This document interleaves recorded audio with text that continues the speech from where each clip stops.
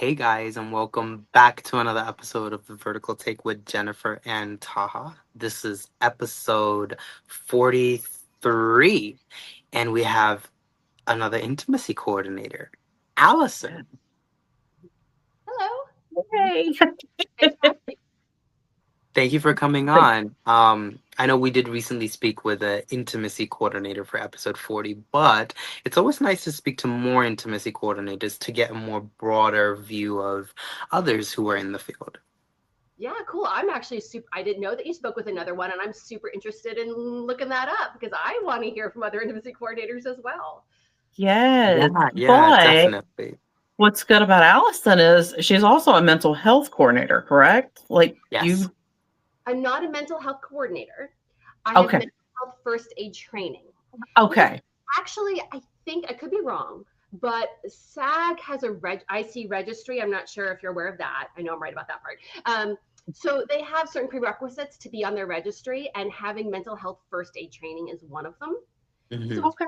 another bit of training in my tool belt as an intimacy coordinator. Awesome. Yeah, mental health is huge. So that's good. Um, Yeah, no, yeah. definitely. So I'm just gonna dive right into the first question, if that's okay, Allison. Please shoot. What first drew you into theater and performance?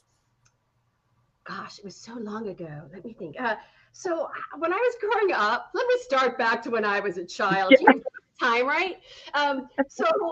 Look, all little kids when I grew up in Brooklyn, all little girls in Brooklyn went to ballet, and I just kept going. I always joke, Mom, why didn't you give me law school books? I would have gone to law school. Um, but I was dancing growing up, and I guess I just kind of had that artistic gene or whatever it was. So I studied dance growing up. I moved into theater. It just seemed like a natural Yeah. extension of Yeah. it. It's just something I got into early on, and I took some acting classes in high school, and I was entered UCLA as a dance major, and I transferred to theater. So I graduated with Ah, okay. Okay. It's funny how you mentioned Brooklyn because I'm actually based in New York City, so it. that's it. Yeah. What, if you don't mind me asking, what part of Brooklyn? Yeah, I was in Flatbush. Oh, okay. You're in Yeah, Flatbush. I was in Okay. Flatbush. I'm in Valley Stream. Okay, cool. Great. Yeah. I moved away when I was very young. There's some Oh, claims I okay. can't make, but I just, in my heart, I speak up like a New Yorker. I think You're a that's true New Yorker, definitely. I So before we get into, well, maybe not. Oh, no, okay. Before we get into the next question, I'll go ahead and I'll ask. So you were a dance coordinator or a choreographer? choreographer. Yeah. So correct. You want? I Mhm. started acting and dancing. I guess I really started dancing, and I moved into acting as well. And I graduated Hmm. Okay. from college, and I made a little bit of a career as an actor and as a dancer. Moved into dance choreography. I also wanted to move into directing, but I felt like, look, uh, there are definitely great directors, good directors, and directors. But you don't. There's nothing like to show like I can direct. Like anyone could try to direct. As a Right. choreographer, you have to be able to dance, right? Of Yeah, yeah. course. I had like a skill that some others didn't have. So my first foot in the door was as a dance choreographer, which is really telling stories through movement. I think it's really directing through movement. Mm-hmm. So I Mm-hmm. started doing that when I moved past performing. Of course, it overlapped a little, and then I moved into directing, mostly theater. Yeah. So that's kind of the background before I got into intimacy coordination, and I think all of those experiences really, really inform my work as an intimacy coordinator. Yeah. Gotcha. Now I know you said that you was like in ballet. Mhm. Um, what type of dance did you were you a choreographer for ballet or what kind of dance? I guess. Yeah, no, Yeah. cool question. I started in ballet, but I'm Yeah. no by no means a ballerina. But the technical skills really helped. I really was a jazz dancer, which is Okay. really musical theater style, music video, but not really hip hop music video. Um, Yeah. so I really was musical theater, and then I eventually moved into partner dancing. So swing, Mm. salsa, foxtrot, waltz, tango. Um, Back in the day, I used to go to the Derby, danced at the Hollywood Bowl with Big Bad Voodoo Daddy. Oh. Tour the musical swing. So Okay. I got really into partner dancing in addition to that kind of jazz dancing. Yeah. Okay. Okay. now we'll get into the actual question that I have here is how do you go from being a performer to becoming an intimacy coordinator? Yeah, well, I think for me, as I kind of that next step was being on the other side of the table with Yeah. choreography, right? Which as a performer, that so informed me as a director and choreographer, right? They got Yeah. to see Mhm. the performers differently. And then I got into intimacy coordination because one day I saw a play at the Mark Taper Forum that had the most realistic depiction of sex on stage that I had ever seen. And I just had Real so okay. many questions like, how did they do that? In many ways, how did they do that? Um, Yeah. Googled, and I heard about this. I think January of 2019, and the show was Linda Vista. People asked what the show was. It was Linda Vista, and I'd heard about this field. I'd never heard of it at the time, and I thought it sounded interesting. And I took a 3-day workshop in Baltimore. I actually had to fly to Baltimore to take this class. Mhm. And after 3 days, I thought, well, that was really interesting. I want to learn more. And there weren't a lot of places to learn. So I flew to Toronto for a workshop. I flew to Raleigh for a workshop. These were all Oh, like 3-day things that didn't give me, like, I wanted more. So I okay. flew to London and I studied with Ida O'Brien in her first ever higher level class. She did normal people and may destroy you, sex education. And this was the first ever, like, more than 3-day workshop that she did. So when I came back to the States and I wanted to start doing it, I thought it would just be another tool in my tool belt, but it kind of took over. Yeah. And paid my bills off of it. So I still direct and choreograph, but it ended up really taking over my life. Yeah. Yeah. And intimacy coordination, it's very new. I think they only started what, 2018? Around 2017, yeah. 2017, maybe, I forget the exact Mhm. date, but it was Emily Mead, I believe, I think it was the Deuce, who had the first officially titled intimacy coordinator. So it really started around 2016, 2017. There are Yeah. varying accounts, and there are people who did it without the title. Yeah. Yeah, so around that time. Yeah. So it's fairly new. It's So very new. Yes, absolutely So right. now, correct me if I'm wrong. It started because of the Me Too movement, correct? Or based off that? That's when it picked up steam. mm, Okay. Yeah. Okay. I don't know when the first Me Too hashtag was. Do you? I don't know the date of that. end of Oh, 2015, I guess. okay. Something around that After time, that? yeah. Okay, great. Thanks. Then probably yes. Yeah. Yeah. Yeah. Okay. So, Um. Oh, go ahead. Allison, Allison, what are some of the biggest challenges of breaking into the industry and how did you get past them? Yeah, I get asked that. That's a great question. It's something really people want to know the answer to because I do get asked that a lot. I will say it's probably different today in 2025 than when I started in 2019. Not a ton of years in the middle, but a lot has developed since then. So for me, it was probably, I was going to say a little easier, but certainly there were challenges. It was easier in the sense that there weren't that many of us. So even when I Yeah. came back and I wasn't fully done with my training, it was better to have me on the set and have me kind of learn the rest on the job than to have no one. Of course, Right. there are people Sure. with training, so that's not really the case anymore. Um, but on the flip side, it wasn't as acceptable, right? It wasn't as, I don't know, acceptable. It wasn't as accepted, I guess is the word. Yeah. Yeah. It makes sense. The Mm, demand was still gaining steam. yeah. So I started at about August or September of 2019, and the pandemic came shortly thereafter, where there was absolutely no intimacy. So Yeah. No. that was challenging. So um, the challenges of how I got in was I just made it known, put it on social media, sent out emails to anyone who I'd been in contact with in my previous work as a director and choreographer. I'm now doing this. If you need someone who does this, let me know. Right. Just Yes. put the word out. I mean, obviously that's common sense. I put the word out, and so much of this is word of mouth. So Okay. that's how I really, once you get in with certain groups, Mm-hmm.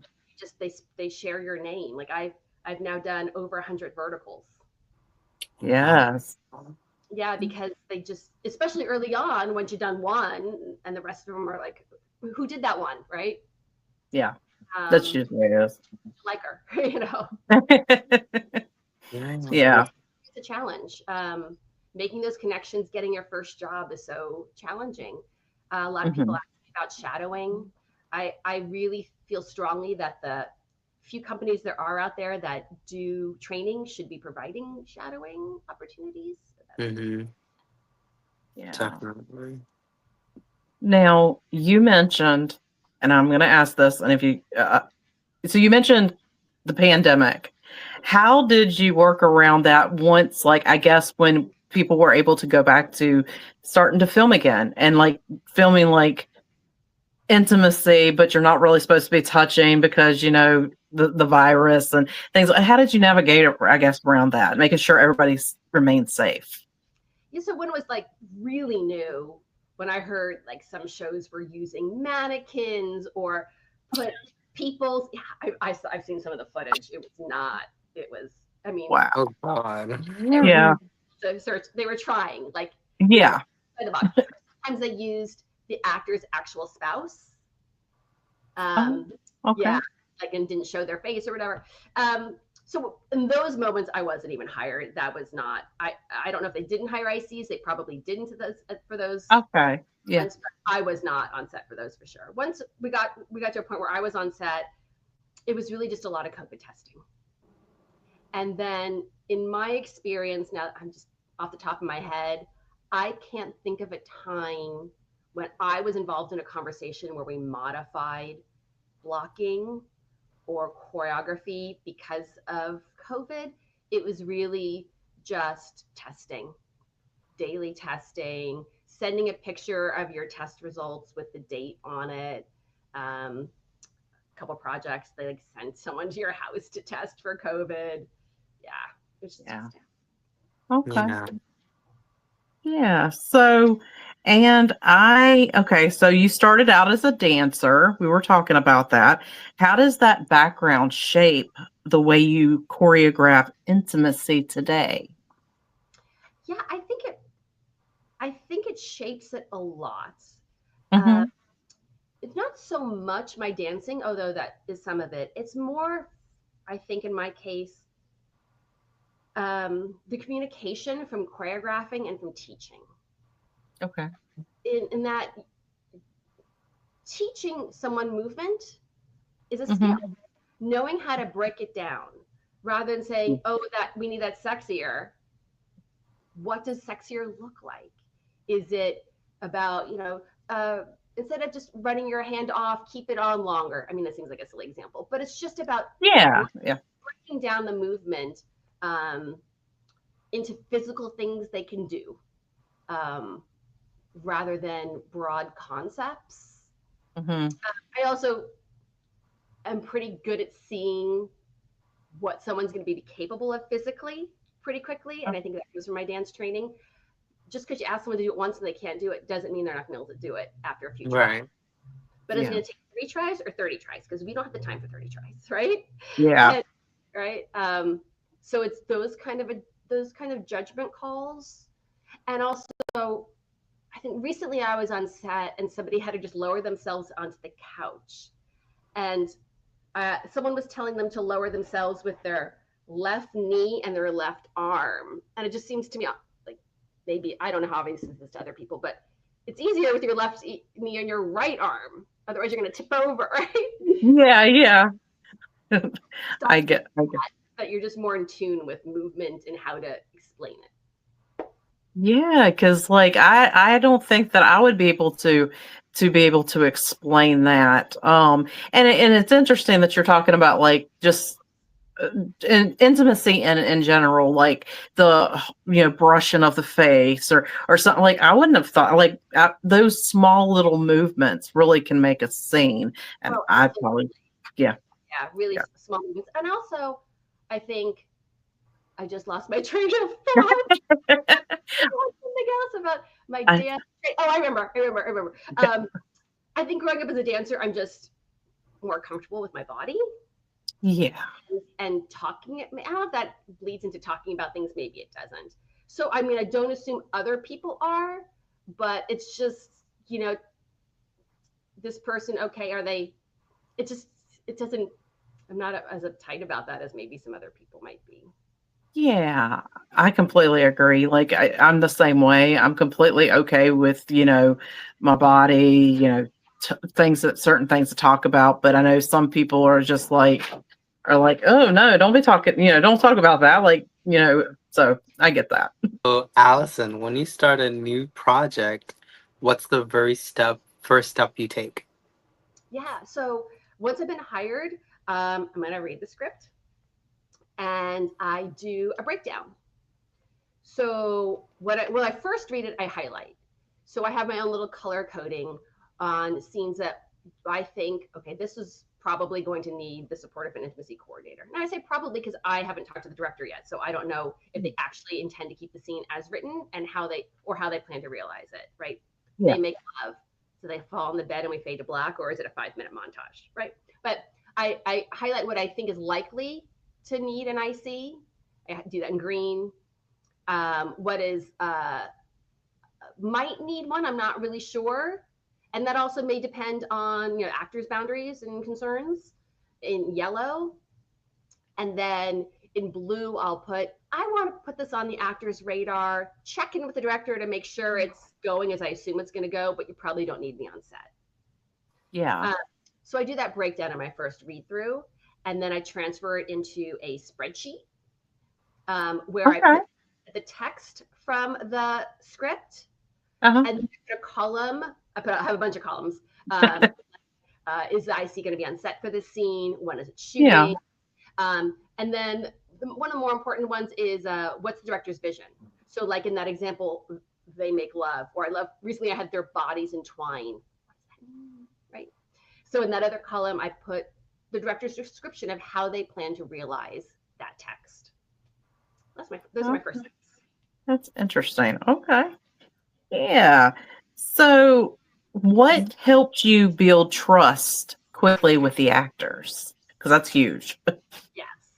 Um, so I actually took some notes because so if I'm looking over this way, it's that there were some things I wanted to make Yeah.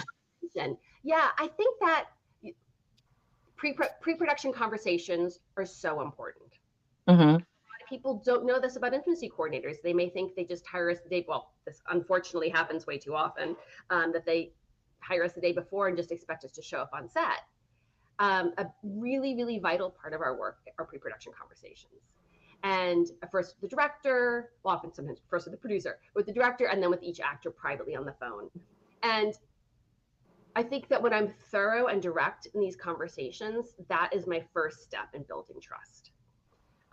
I talk them through my whole process, what they can expect from me, how Hmm. I can be of support, because many of them haven't worked with an intimacy coordinator before. Or even if they have, maybe that person works differently, right? Right.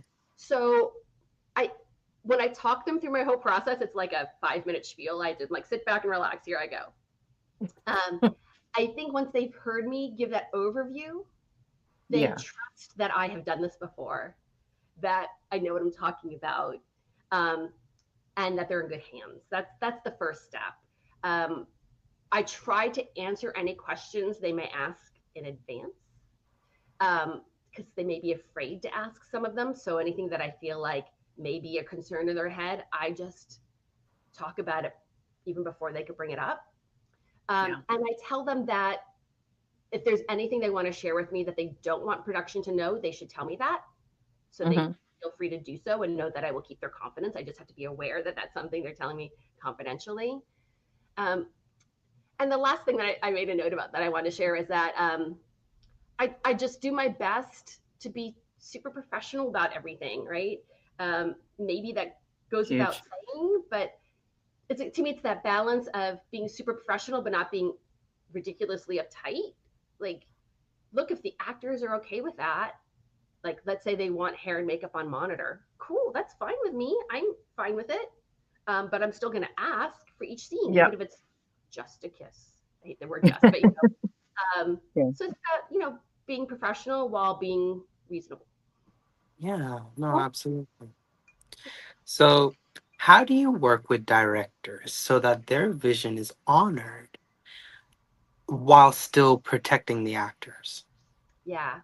Um, Well, that's really a great question, and that it's such a huge part of my job. And while I do protect the actors, when I hear that word, for me, it's kind of like I'm there to support the actors, and I'm there to support the director, and the producer, and the boom op.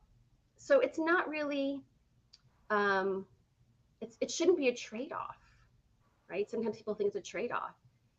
My goal is to help realize the director's vision within the actor's boundaries, and I think we can do both equally well.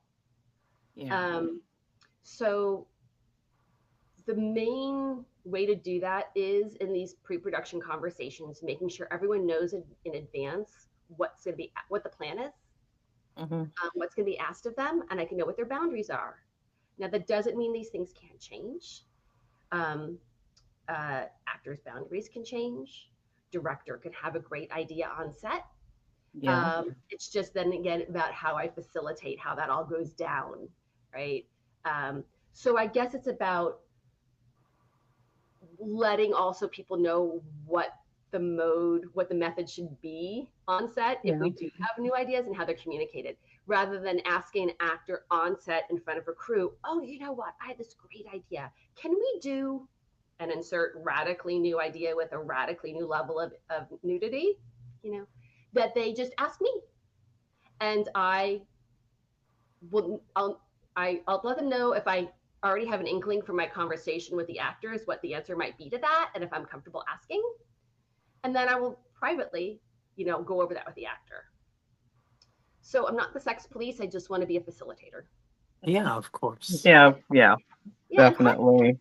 I'm sorry for talking too much, but Oh, no. You're fine. This is very interesting. I love this. okay, great. Another part is for me to think outside the box because the director has so much to juggle, and I'm just focusing on this one thing, right? So maybe I have another idea on this. Now it's up to the director. They need to approve it, of course. I'm not saying they Yeah. must do this new thing, but like, what if we try this instead? I will. I'm pretty good about doing this privately, and I know the director could say yes or no. But what if we try this other thing that maybe they haven't thought of before? So Yeah. suggest other things that they can say yes, they can green light or red light, to to help them work work through what may be a new hurdle. Yeah. Yeah. Okay. Yeah. See, I'm a spicy girl. I love my spice. So that's why, like, whenever I like, this is all so interesting to me. So yeah, don't think you're talking too much. Yeah, I love it. Yeah, well, our So pilot also make it spicier sometimes. Yeah. exactly. Yeah. Um, so you're trained in mental health first aid. How does that training affect the way you do your job? Yeah, so mental health first aid training is important, but Yeah. the kind that I took and the kind that many I see, some people may have extensive training in that area, like the mental health first aid courses, are really just Yeah. like first responder sort of things. Okay. So I'm not a therapist. Um, the mental health first aid is really, to me, it was kind of common sense. It's like, here are common. We just want to make sure you're not, that you're aware enough so that if you see that someone may be having a problem, you help them until they can get more extensive help.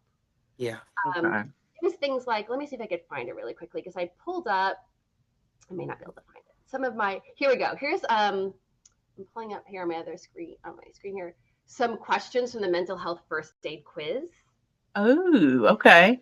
Insight into what kind of things this is. Okay. Here's one that says, let me just find one that's not too long. You're Um, fine. Okay, I'll just do the first one. Your best friend Okay. was a victim of physical assault some years ago and has since been diagnosed with an anxiety disorder. You're with her when she breaks into a sweat, doubles over as if in pain, and starts to hyperventilate. Do you, and they give you three options, and you're supposed to pick the best one, obviously. A, move your friend to a quiet place, reassure her, and help her to slow her breathing. B, give her some time alone because giving her attention during these episodes will only encourage similar future behavior. C, take her somewhere quiet and help her calm down over a cup of coffee or tea. Gently point out that her attacker is long gone and her fears are unfounded. Ooh. I'd say C. So this one was actually, that was, when I read this one, I think it was really close between A and C, but it's A. Yeah. It's A. Ooh. So move her to a quiet place, reassure her, and help her to slow her breathing. So the idea, I think mental health first aid is really about creating a safe space. Mm-hmm. I'm Mm-hmm. here to listen. I'm here to offer resources, but we're not there to give advice. Yeah. Really, that's it. Give advice.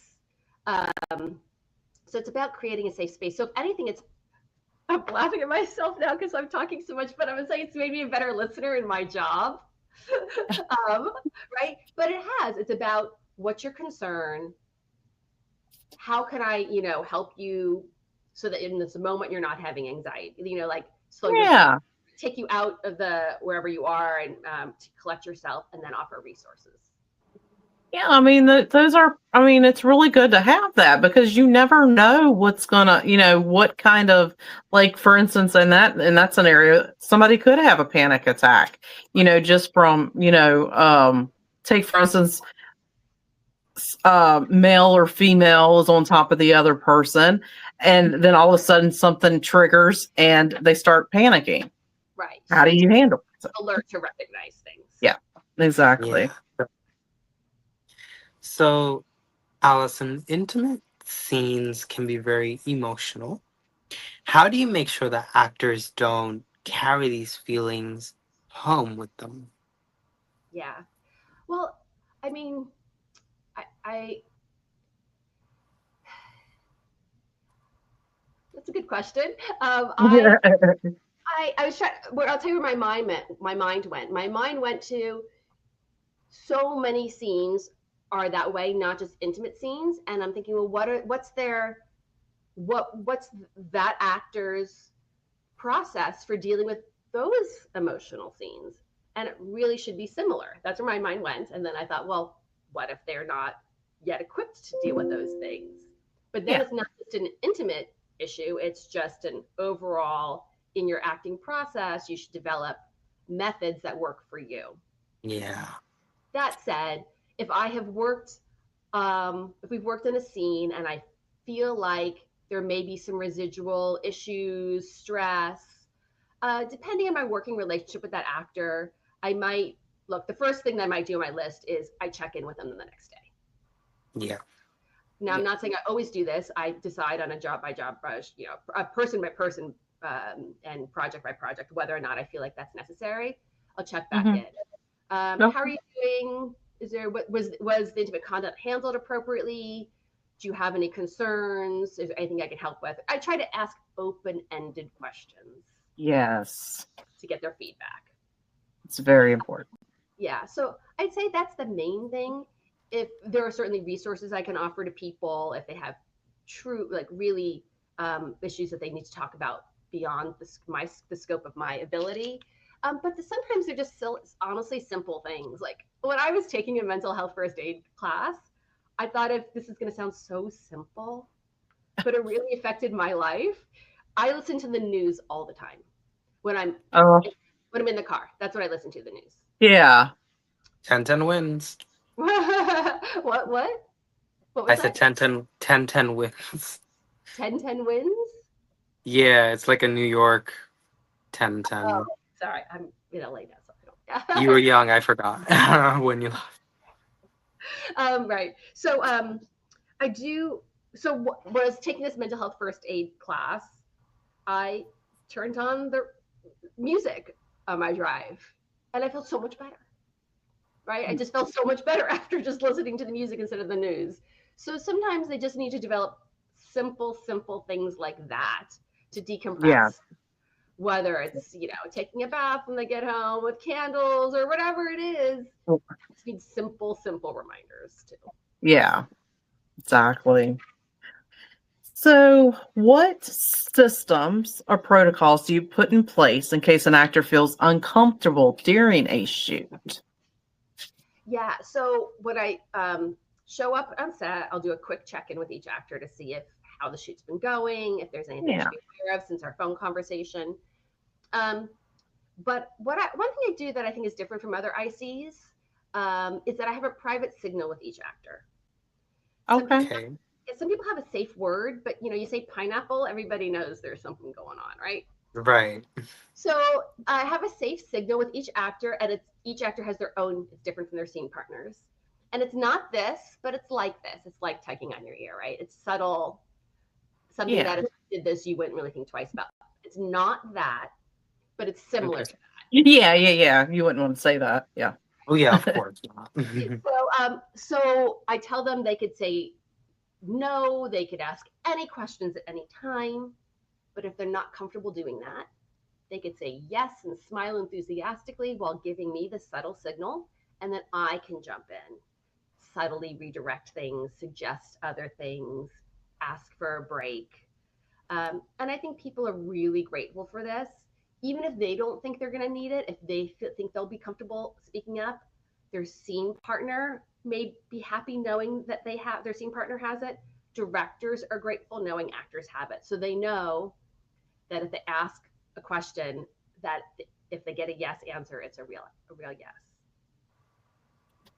So, do you have a lot of people that or a lot of actors that have to do that? Like, or is it kind of yeah? Because I mean, it seems like you're pretty straightforward about what's It's very very rare. That doesn't mean it's not. I won't. I do it on every set. I don't care how yeah, yeah. the intimacy Mhm. is because I don't want to make assumptions. It's not needed often, but it's really nice to have. Yeah, I agree with that. Yeah. So, Allison, you've also worked on My Girl, which featured Mark Vega, which deals with domestic violence, a very controversial topic and very deep topic.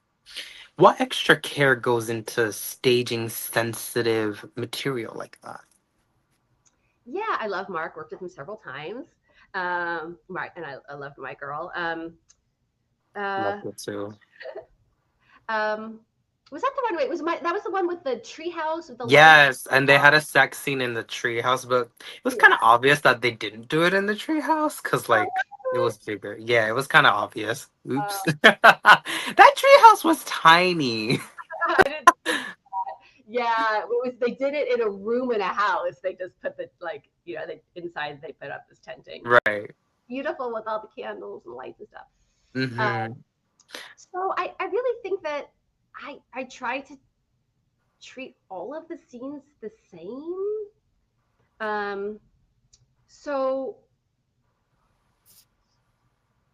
I mean, when I say that, I mean I try to give it all the same.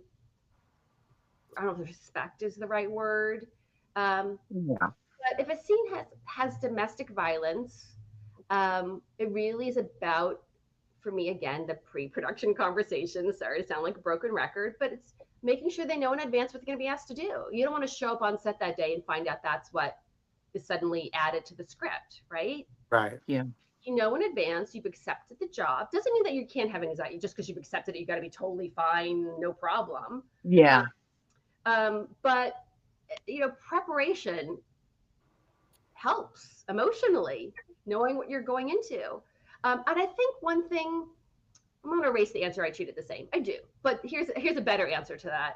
Is okay, is it has to do with lots of times there are two general ways to work. One is improvisation within boundaries, and the other is treating it as choreography. Happy to support whatever way directors and actors want to work. But in these kind of situations where someone may be going through something that maybe hits a little too close to home, treating it as choreography is really helpful. Hmm. This happens, you kiss for 3 beats, and then he puts his hand on your face, and that's when you pull away. And it's choreography. And that can really help people who may find that it's more emotionally difficult in a way where they don't want to go. yeah, yeah. And so I'm guessing the same would go for the next one. And just so the viewers know that you did do the IC for Rock On and I Swap Bodies with My Nemesis, which navigates like gender swap. Uh-huh. I'm guessing that, I mean, the same protocols go in, a female that's got that's in a male's body or a what? Yeah. So I'm guessing, yeah, the same thing. Yeah, flip. Glad you brought that up. That's a great question because in that sort of thing, it's like, okay, well, we might fall into stereotypes, but we're trying to make it Yeah, clear who's in what ex- body, right? And that's part of exactly. humor that comes from it. That might be where some of the so let's say one thing that we do often is like a guy may tuck her hair behind her ear, right? So now if it's swapped, let's have the person who's the female, the actor is the female, right? But they're playing a Hmm. male. Go to do something similar with the other person, right? Have them tuck the hair if they're Yeah. long enough. So yes, I certainly can help make those kind of gender things, work with supporting the conceit of the project, which is the gender swap. Um, Yeah. things, oh, how do we make that look a little more feminine, right? Because Hmm. that actor may not naturally do that. That's a little more feminine. Mm-hmm. So yeah. Yeah. Yeah, no, Okay. absolutely. So, what has been one of the toughest scenes that you've ever had to choreograph? Um, wow, there's so I what makes something hard to choreograph for me is not necessarily the content. It's Okay. um, it really like I could think of three men simulating sex. Yeah. I've done some of those scenes where it was really such a lovely, easygoing experience. I mean, it's not that I'm not, if someone doesn't technically know how to do all that stuff, that certainly can be challenging. But I'm thinking of one shoot in particular that was just so lovely. And to me, the most challenging sets are broken record, no pre-production. Okay. Okay. That would make sense. That's Yeah. where it's so stressful. It can be. It can be so stressful. Um, I don't want to, I can't make assumptions about what someone's okay with or they're not okay with it, but how do they don't know how to say it now because we're supposed to shoot it in half an hour, or I didn't get to talk to wardrobe, and so we don't have the right modesty garments. So how do we make it Hmm. work? Or I didn't have the chance to have pre-production. I can think of one in particular. I didn't get to have a pre-production conversation with the director. So they've never Ooh. worked with IC before, and this was quite a while. Like this was years ago, so people really didn't know about the field. And they think I'm just there to cross my arms and hold the robes and tell them if they can't do something. Um, Yeah. I'm happy to hold a robe, but uh, yeah. So they didn't. I think they said 3 words to me the whole shoot, and they weren't nice words.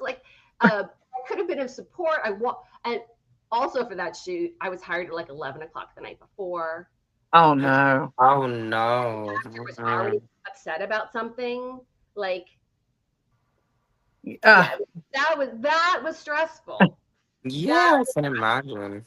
You so became therapists, technically, if they well, were yeah, already upset from before. yeah, they were upset. And when I walked on set, they weren't upset necessarily from anything that had happened that had to do with the script. They were upset about something completely different. But I think it came from. Okay. I think that was It the final. leaded to They it. were just upset, and they let that last thing is what set them yeah. off. It was Yeah. it was a Oh shame. no. Pre-production. Important. Yeah. On tough days, what keeps you motivated? Um,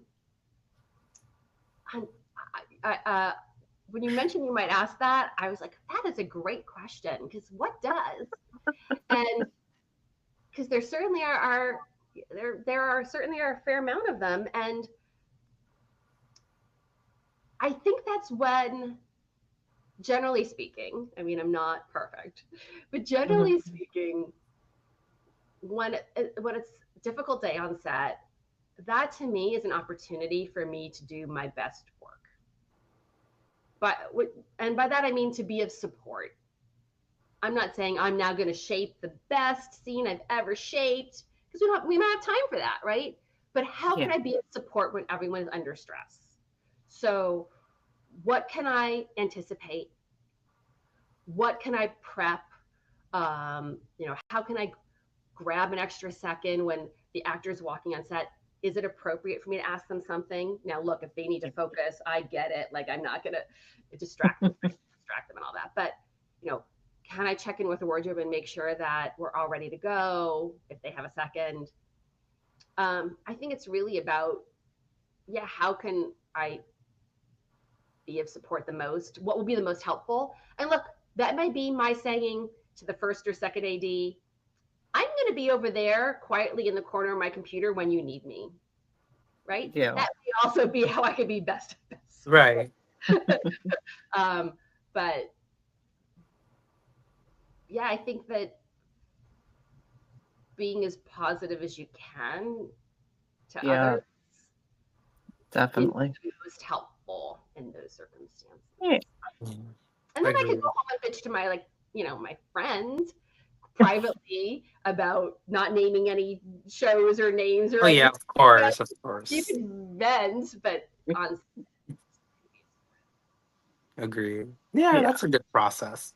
Yeah. So, and the last question we have for you tonight is, what's a question you wish people asked you more often about intimacy coordination, and how would you answer? Yes. What a great opportunity to put that information out there. But I feel like some of it I've already beaten to death, so I'm not going to talk about pre-production too much more. But it really is the importance of that, because really people don't know. So that's one of the most misunderstood things about our field, is that many people do think that we just show up that day, and because they don't get to see our work, right? So many of it's private conversations. So I would just say when should they hire us? As early as possible. It's so rare, so rare that I'm hired before that breakdown goes out. Do people know what the breakdown goes out? It's so the notice, hey, we're casting this project and here are the requirements, right? Yeah. You hire us before that goes out so we can advise with that. There may be some nudities different from nudity will be required, right? So we can help with the phrasing and the breakdown, and also getting us on board earlier. They could have a written intimacy agreement signed when the contracts are signed. So there should be it's a rider to their actor's contract, RIDER, an attachment. Okay. Contract, an intimacy agreement spells out what they might be asked to do as far as intimate content. And this should be signed when their contracts are signed. But it so rarely is. So what happens is, I mean, in non-union work, at least, it rarely is. Yeah. So what happens is, if you call me the day before you're shooting and the actors, their contracts are signed and that, then they're just not given it. The director may be like, oh, I always saw this with the nudity, but they never mentioned it to the actor and it wasn't in the breakdown. Well, the actors may not be on board with that. Right. And so I worked on a project once where the actors had done that level of intimacy that was going to be asked of them, but it wasn't in the breakdown and they weren't told in advance of shooting. Yeah. Like, you know what? I would have negotiated a higher rate if I was going to. Right. And just so you can't assume just because you've seen the actors do that before that they're going to do it for your project.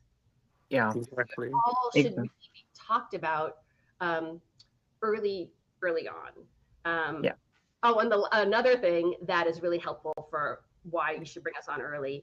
I can't tell you how many times I've shown up on a set, and let's say it's simulated sex in the kitchen on the counter, or simulated sex standing up in a supply closet, right? Yeah. And I show up and the actor's wardrobe has been established because we've already shot, since obviously they don't shoot in order. This is day 5 of the, let's say in the script it's, November 5th, and they already shot some scenes where they've already established the wardrobe basically. And she's in pants, or God forbid a jumpsuit, right?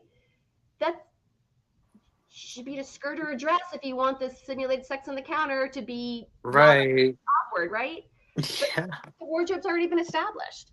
And if you had hired me before you started shooting, in my breakdown, I would have made a note, please make sure, unless the director has other reasons, it's probably best to have them in a skirt or dress for this scene. Yeah. That happens a lot. It would make sense. I mean, it's possible. Well, I don't know about the jump, Swimsuit, right? You want to, yeah. Yeah. But yeah, I can see that. yeah. I mean, Um, just make sure it's a choice. That's all, and not something you're yeah. gonna have to work around. And the last thing I promise that comes to Oh, mind with this is people who think that, you know, if we're only there for the actors. I'm certainly there for the actors, but I'm there for the director, for the producer, the boom op. I mean, the actors may feel totally comfortable walking around naked in between shots, but maybe the boom op really isn't so on board with that. So I'm really there to support everyone. okay. I recently had a producer say to me, you know, Allison, can you ask the actors if they're okay not having you on set for that scene? And I said, yes, but we need to ask the director too, because the director may not feel comfortable directing that scene without Yeah. me. Mm-hmm. So we really are there for everyone. Yeah. That's interesting because I mean it makes sense, but I really wouldn't have thought about that as far as like the other crew members. So okay. Yeah. Okay, awesome. So Allison, you also do music videos. Is it pretty much the same process that you do, you know, with the music video, being that it is a shorter length than a typical film, like the time length? So like it might be 5 minutes versus an hour and 30 minutes of footage. Yeah, no, it's the exact same process. I mean, because I also work on short films, so Hmm. it's the same process. I will say Hmm. that I don't think intimacy coordination has become as common in the music video world as it's become, and hopefully becoming more in film and television in general. Um, Yeah. so this I've only worked as an intimacy coordinator on one. It was a Jordy music video, minute second, and it was a very spicy video. I'm very proud of it, and proud that they had an intimacy coordinator. Good for them. But Yeah. I would say that many music videos are, I don't know why they're slower to come around. It's probably partially a budget thing, but I just think in the industry they haven't worked with us enough to realize that we're actually going to make things spicier. They may be still afraid we're the sex police. I don't know. Yeah. Yeah. Who knows? Yep. Budgeting, it could be anything. Yeah, Yeah. but it really is priorities, because I've worked on plenty of things where they were like, we made sure it was we had space in our budget. Yeah. But it's probably a very good thing that they do have intimacy coordinators so that they don't have a Blake Lively, Justin Baldoni. Oh my God, That's controversy. all I'll say. I know you don't have to say anything. No, I mean, I've said this. I often say this, is that when it comes down to it, I say actors like us and lawyers like us. Yes. So if you're not going to do it because you think it's, you know, if you're caring about the actors or the director or people on set and any of that, um, you might be avoiding a lawsuit. Yeah, Exactly. That's agreed. true. Very, very true. Okay, so now that we've got the questions out of the way, the next thing that we'll do is we'll go ahead and do like the two truths and a lie. So the score is at 11 for me and 18/19 for Jennifer. I still Mhm. got to double check. We ran on here after the previous interview, so didn't have time. But yeah. I was Catwoman for Warren Beatty's kid's birthday party. Interesting. Okay. I am prepping to direct two verticals, one BDSM and one vampire love. Ooh. I performed in a USO tour for the troops in Bosnia and Kosovo. Ooh, my goodness gracious. Interesting. Ooh. Number two could very well be true. Or number two could be the lie. Yeah, she's tricking us. Right. I'll say it's number two. The other two seem so bizarre. That could be so true. I'll do number 2. You're probably prepping for 3 or 4. I'm gonna say number one. I'm gonna say number one. I don't think you ever went to. I don't think you performed for Warren Beatty's daughter She as did. Catwoman. I'm going for number 2. Okay, so we both Locked locked in. in. Which one is the? The lie is that I am prepping to direct 2 verticals. Knew it. Oh, okay. I've directed a lot. I have not directed verticals yet, so that is my next goal is to. Did you not get the key word? Direct intimacy coordinators cannot call cut. Remember? They have to flag down the first AD or the director. Keywords, listen. Way back when, right after I graduated from college, and I was, dancing and acting as a career, I had that side hustles.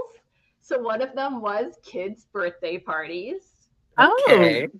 And Warren Beatty and Annette Bening had a birthday party, and I was Catwoman at their party. There we go. And I also was a professional dancer for many years. And one year I did a USO tour of Bosnia and Kosovo, and it was really one of the most interesting jobs I've ever done. Okay. Yeah. Interesting. Well, thank you very much for your insights on that. And to the rest of you who got that answer correct, congratulations to you. The score is now 12 to either 18 or 19. So I'm moving up the ladder, people. Jennifer, pay attention to the wording. I thought you would, because when you were having conversations with Ariel, she kept on it, expressing the fact that she can't, yell cut, and intimacy coordinators do not direct. They assist the director in directing, but they're not the director. Absolutely. Correct. Yes.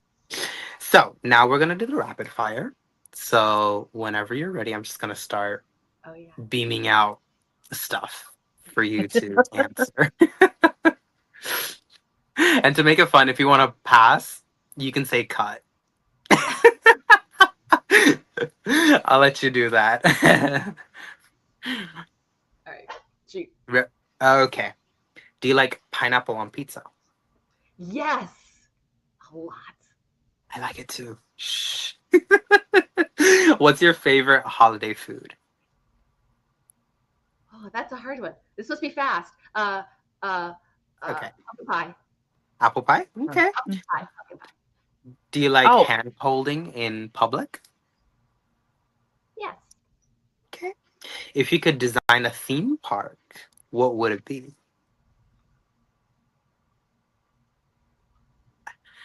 I'm stuck. A land where we all fly. Ooh, interesting. Sweet or salty popcorn? Kettle corn. What's that? That's sweet. I think that's sweet. Sweet. Yeah. Kettle sweet, yeah. Donuts or munchkins? What are munchkins? Donuts or donut holes? Like the hole of the donut? Uh-huh. So when like the little circle? Yeah, those. Yeah. Yeah, they're like little circles. Okay. So the munchkins, okay. Yeah, they call it munchkins at Dunkin', so I just said that. Do you believe in destiny? No. No? Okay. What's your favorite flavor of cake? Chocolate. Who doesn't like a classic chocolate? Do you like board games? Sure. Do you like being kissed on the forehead, cheeks, or lips? Depends on who's kissing. Very true. We'll leave it at that. Do you like pickles? Yes. Okay. Giving or receiving advice? When asked, in both cases. Yes. Oh, was if you had together? Sorry. I like receiving advice when asked. Okay. If you had a spaceship, where would you go to, and what would you name it? Oh my goodness. I had a spaceship. Where would I go to? What would you name your spaceship? Yeah. I would go to another galaxy. Right. I mean, why wouldn't you if you had a spaceship? And I would name it Buddy's travels after my dog. Aw, Okay. okay, that's nice. Do you prefer giving gifts or receiving gifts? Giving gifts. Okay. Best pickup line you've ever heard of or used? Oh goodness. And it can be offset. It can be from anywhere in your life. I am not If quick you enough to remember. give an answer to that. Yeah. I am not. I'm not glib enough. Sorry. Pass. Cut. There we go. Cut. Do you like guided museum tours? I love them. Okay. Self-guided, so you can like go at your own pace. Yes, Yeah. and Okay. city tours too. Self-guided. hmm Do you like long walks? No, Okay. Do unless you there's prefer? Sorry. unless you have great company. But on my own, no. Oh yeah. Yeah. Do you prefer chocolate bars or gummies? Chocolate, chocolate. Chocolate gal. Have you ever gotten butterflies around someone? Oh yeah, for sure. Yes. Mhm. Mm-hmm. Yes. Hotel or Airbnb? Hotel. Okay. If you could turn invisible, what prank would you play? I mean, many. What prank would I play? Like I personally would go up to someone and like pull their pants down Um, because they can't see me. I guess moving things. Ooh, like paranoia okay. Yeah, that's interesting. Inner peace or outer success? Mm, inner peace. Yeah. Something about holding yourself down and being peaceful within yourself. And the last one is ambition or creativity. I'm like, can you have one? Uh, um, I 50-50. A bit of both. You Yeah, got to that's be ambitious and you that's have to have the creativity. I can't imagine just not having one, not having both. Yeah. Yeah. That's a cop Okay. out. Yeah. Yeah, yeah, definitely. Well, thank you so much for playing in the rapid fire. We appreciate it. And now I'd like to open the floor to you to ask us any questions if you have any. Yeah, I'd say I have two that come to mind. What what's one of the more interesting things you've learned or something you wouldn't have expected to have learned in one of your more recent interviews? Um, for me personally, for intimacy, since we are talking about intimacy coordination, when I was talking to Ariel, I did realize that camera angles do play a huge role because you could literally, the camera could show that you're facing that person, but actually there's a gap and you're mimicking kissing, but they're not. Like the camera angles play a huge role in intimacy coordination and the way they portray the final image of how coordination is like tied into like directing it wise. I'm rambling, but like Oh, that's if yeah, you that's if, totally if you get possible. what I mean, yeah. Yeah, I recently was on set and actually this wasn't too recent, but one of the actors was sick. So we're like, oh well, are they gonna kiss? How can they kiss? And I Right. don't remember what we ended up doing. But yes, it could have been that they shot it from this angle, and if you saw like if he was like here, I don't think it's, you can't tell if our lips are Yeah, no, you can't tell. No, no. yeah, I so was gonna say yeah. you could also have like them put on one of those masks that mimic the Yeah. rest of the face. That was a thing during COVID. Oh, my friends were stupid. One of them put one on, and the shop owner's like, "Sir, you need a mask," and he's like, "I have one." Sister had one of those. Yeah. I know. You show like the back, and then you could cut to like her hands in his hair, so behind and Yeah. yeah, Mm-hmm. on. Yeah, Yeah. Definitely, you can play a lot with it. yeah. I think for me, was what you mentioned as far as like the coordinator not being just for the actors, but being for the crew members, because I never thought that, you know, just because the actors are comfortable in what they're doing, that the crew may not be comfortable with what they're doing. Yeah. So yeah, I think that was probably the most it's shock. I mean, the thing that I didn't know or realize so that I've learned. Yeah. Yeah. Yeah. Well, Jennifer, to bounce off of what you're saying, I remember for our first episode going all the way back The 43 mess. episodes to Mamacito. Yeah, remember he was like, I'll just leave the intimacy coordinator to direct it. And she can just go in and I'll just step aside. Remember he said that? Yes, I Yes. Yeah, remember. because sometimes it can be very you know, challenging for the director to direct these kind of things. So the intimacy coordinator just come in, talk to the director, okay, I want something like this, and then they do it. And then it comes out perfect. You know? Kill Mm, two birds with one stone. Right. Right. While So also giving full power to you guys. yeah. yeah. Yeah. Yeah. So we don't like, even though we're not the director, sometimes the director will say, and then Allison, can you take over?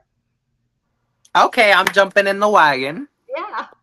So so it's not, I mean, ultimately the director does have the final say and they could jump in and redirect or change Oh anything. yeah. But there are times when they're like, You want uh, to take the lead? or Right. Yeah.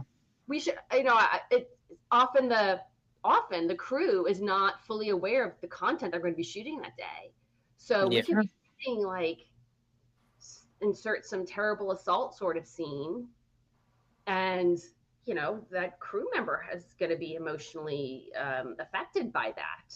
Oh What yeah, of they're seeing. course. So they really should be told in advance if we're doing those sorts of scenes. Especially in the domestic violence, or I recently saw Ooh. one with Autumn Noel and Mark Vega. Oh God.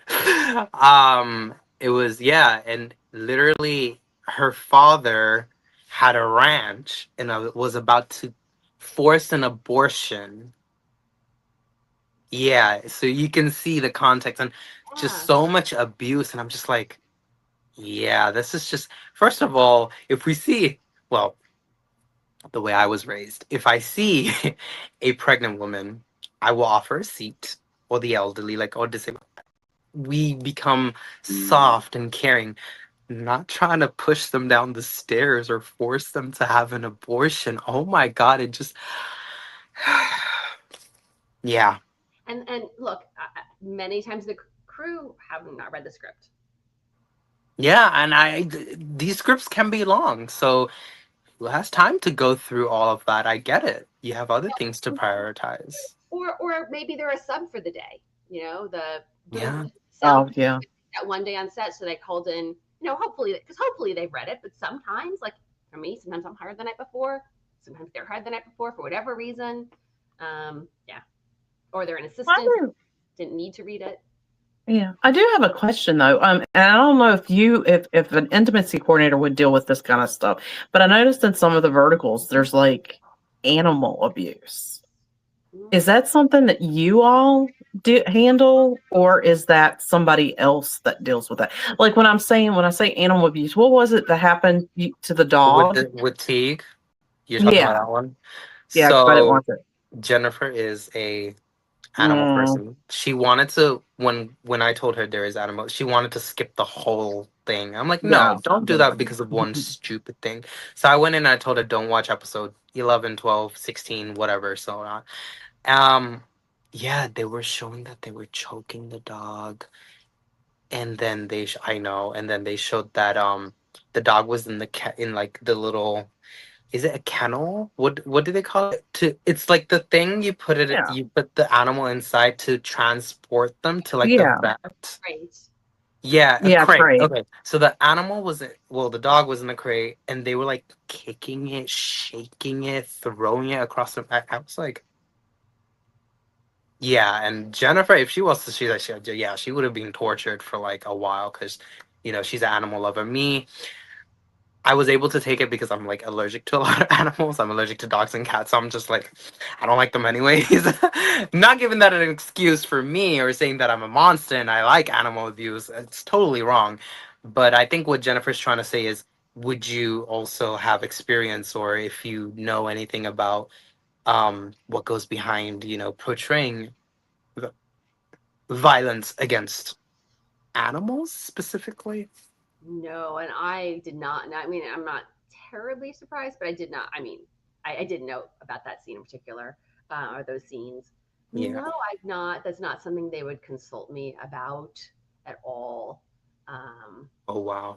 Yeah, I wouldn't. It just goes to say how unpredictable the job can be. And, we got to give you guys more props for what you guys do, because at the end of the day, you're here portraying the story for our entertainment. So it feels very selfish of us just to, give props and hurrah to the actors, but there's a lot more behind the scenes that we just don't know. And I'm very grateful that you took the time to come over here to chat about it. And I hope everyone else who's listening to this podcast or watching us got some more insightful information about what goes behind the scenes for So, making your vertical Allison, dramas. Well, thank you very much for coming on to the Vertical Take. And I will link your IMDb, which should be very impressive since you've done over 100 vertical dramas, and your socials in the description box below so that people can also show you guys some love too. Because I'll be honest with you, if I found out that you directed my favorite vertical, I would also not direct, like you had a part of it, I would want to follow you too. So definitely, folks, go show some love towards people who are not shown necessarily on screen, but are a necessary power plant when it comes to producing and showcasing these shows. And towards the rest of you, thank you so much for watching it towards the end of this episode. Until next time, peace.